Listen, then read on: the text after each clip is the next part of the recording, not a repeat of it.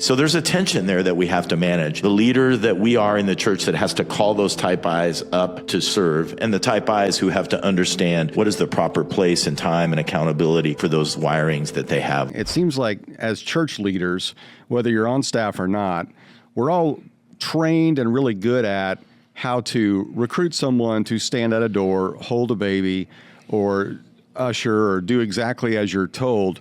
What do you do with those people that are a little bit impulsive and a little bit gregarious and like Peter, and maybe you haven't come to the point yet where you've recognized their brilliance. They're not necessarily an entrepreneur or a CEO.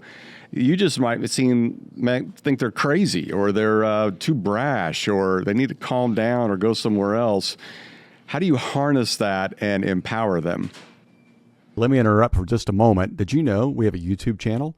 In fact, all of our podcasts are now recorded and placed on YouTube as well. So ever wanted to look at the person I'm talking to? Now you can. Go to Pastor Rusty George on YouTube and subscribe. All right, back to our show. How do you harness that and empower them? I think that's so good. I think we tend to look for high capacity followers, but maybe low capacity leaders. And we're really good at leaders at finding those people, and the church needs those. So we love those. Man, they follow well. They're doers, and so they show up every week. And even in the church, sometimes I've found with these high capacity type leaders, sometimes it takes a while, or potentially they never actually run the play that we want them to play, that we want them to run. Hey, we want you to take this class or do this thing. And again, they need to do those things. Don't hear me saying that those things are not appropriate for them.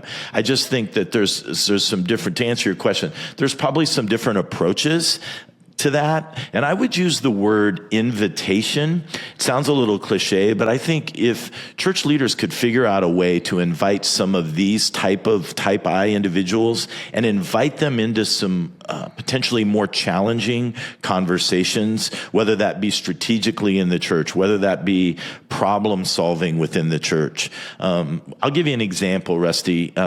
Here where I serve at the Crossing, we have a campus that is about to lose their lease on a commercial space that we have, and we've been really in a journey to try to figure out where they go next. And we've tapped into a lot of different avenues and real estate, et cetera. And one of the things that we did recently is we said, why don't we get 12 high capacity entrepreneurs in Las Vegas that love the Crossing, attend the Crossing, many of whom are not deeply engaged in some of our things. And we invited them to a lunch. We didn't ask them for any money, and we literally just cast vision for what we were looking for and asked them to come along the journey of trying to figure it out. Because these guys know people, they have resources, they have, they have conversations that we don't have. And so that would just be a quick example of ways in which we as leaders could get creative around inviting these folks into the conversation. Yeah, you bring up a great point here of kind of figuring out what somebody really wants to do. We've all heard this, this story of a high capacity leader and pastor in the Chicagoland area that Mike Singletary from the Chicago Bears was going to his church, and he was, vacuuming floors between services. And we think, that's what high capacity leaders and, successful people want to do. They need to descend into greatness and serve in small capacities here and there. But not everybody wants to do that. Some people do. I know a lot of teachers that teach on in elementary school. They don't want to work in elementary ministry on the weekend. Exactly. So sometimes you got a leader that needs to do just the opposite of what they do on a normal basis. And you might get a CEO that would prefer to just, usher and not have to create anything. And then vice versa as well. I mean, with this discussion of the life of Peter, boy, you really see somebody that has to serve and put down their style, but also accentuate that at times, right?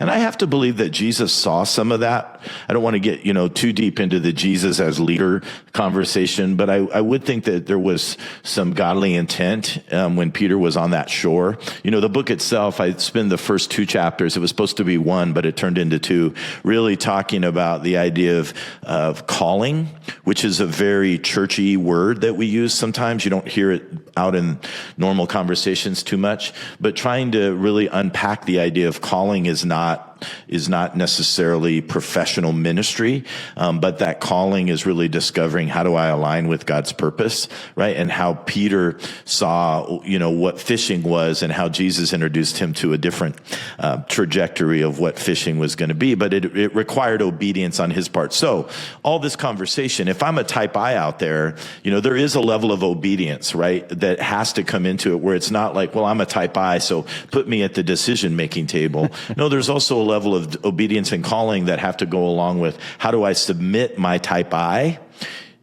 to where God wants to transform me. So there's a tension there that we have to manage. The leader that we are in the church that has to call those type I's up to serve, and the type I's who have to understand what is the proper place and time and accountability for those wirings that they have within them.